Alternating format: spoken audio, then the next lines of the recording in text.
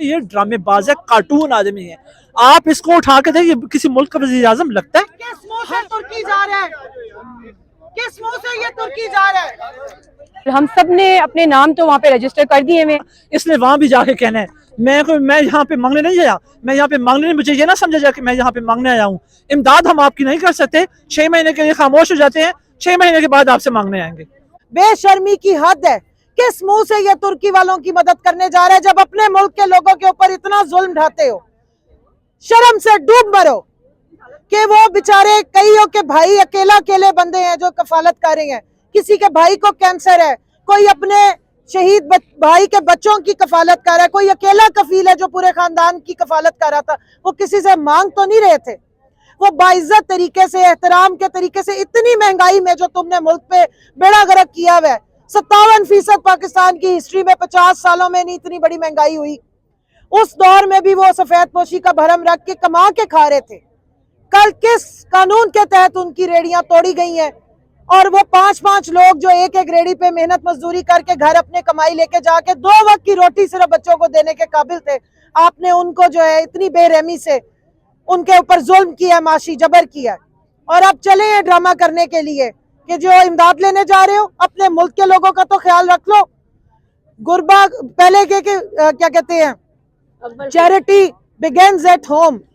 تمہیں تو یہ شرم ہی نہیں آ رہی ہے کہ ایک مسلط تمہیں کیا گیا ہے کہ تم اپنی عوام کے بیچ میں نکلنے کی ہمت ہی کر لو.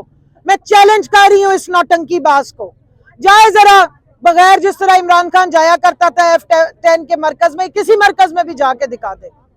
چلو چھوڑو سب کچھ, F8 کی عدالتوں کے باہر ہی آ کے دیکھ لو, پھر دیکھتے ہیں کہ آپ نے جو حرکتیں کی ہیں اس پہ عوام آپ کا احتساب کرتی ہے. تو اس پہ ہم ضرور کہیں گے کہ کوئی شرم کرو, حیا کرو. عوام کے کپڑے بھی اتروا لیے, جو آٹے کے لیے اپنے کپڑے بیچنے تھے وہ عوام کے کپڑے بھی اتروا لیے, ان کے منہ کا نوالا بھی چھین لیا, جو ان کا لگا بنا روزگار تھا وہ بھی آپ ان سے چھین رہے ہیں. اور کس منہ سے آپ جو ہے وہ مکا کر کے اس ملک کے اوپر حکمران بن کے مسلط ہو کے بیٹھے ہیں.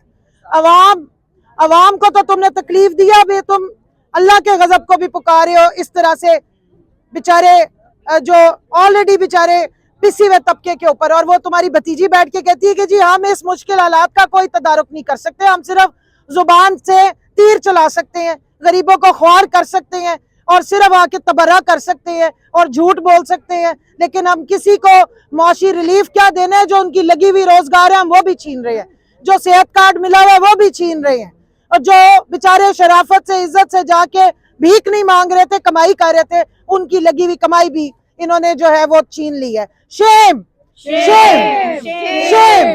ظلم کے یہ ضابطے ہم نہیں مانتے, ظلم کے یہ ضابطے ہم نہیں مانتے. جی بالکل, یہ ساری خواتین آپ جو اکٹھی دیکھ رہے ہیں یہاں پہ سب یہ پروٹیسٹ کر رہی ہیں جو وائلنس ہوا ہے اگینسٹ وومن. آپ یہ دیکھیں کہ ہماری جو اتھارٹیز ہیں ان کو اسٹرکٹ لیگل ایکشن لینا پڑے گا اس سے پہلے کہ اور خواتین اس کا نشانہ بنے. اور کیونکہ ہم لوگ خواتین اگر سٹینڈ نہیں لیں گی تو کون لے گا؟ ہم خواتین اسی لیے نکلی ہیں کہ آج ہم اپنی خواتین کی آواز بنیں, ان کا ساتھ دیں, تاکہ یہ ہمارے جو ملک ہے ان کی جو لیگل اتھارٹیز ہیں یہ جاگیں اور یہ ان کو پروٹیکشن دیں اور ان کو ان کے حقوق دیں, جو ہمارے رائٹ ہیں خواتین کے ہر فیز میں ان کو ان کے رائٹس ملیں. جی ان کی پولیس جو ہے نا وہ صرف گرفتاریوں میں ہے, صرف وکٹمائزیشن, پولیٹیکل وکٹمائزیشن یہ لوگ کر رہے ہیں. ان کا دھیان بالکل ملک پہ نہیں ہے, ملک ہمارا ڈوب رہا ہے. آپ دیکھ رہے ہیں کہ انفلیشن جو ہے 36.5 بھی کراس کر چکی ہوئی ہے. آپ ان کا کوئی اس سے لینا دینا نہیں ہے کہ ملک کے حالات کیسے جا رہے ہیں. پشاور میں آپ کے پی میں دیکھیں جو حالات چل رہے ہیں, تو مطلب ان کا دھیان صرف اور صرف جو اپنے سیاسی اپنے جو ان کے حریف ہیں ان کو جیلوں میں بھرنا ہے بس.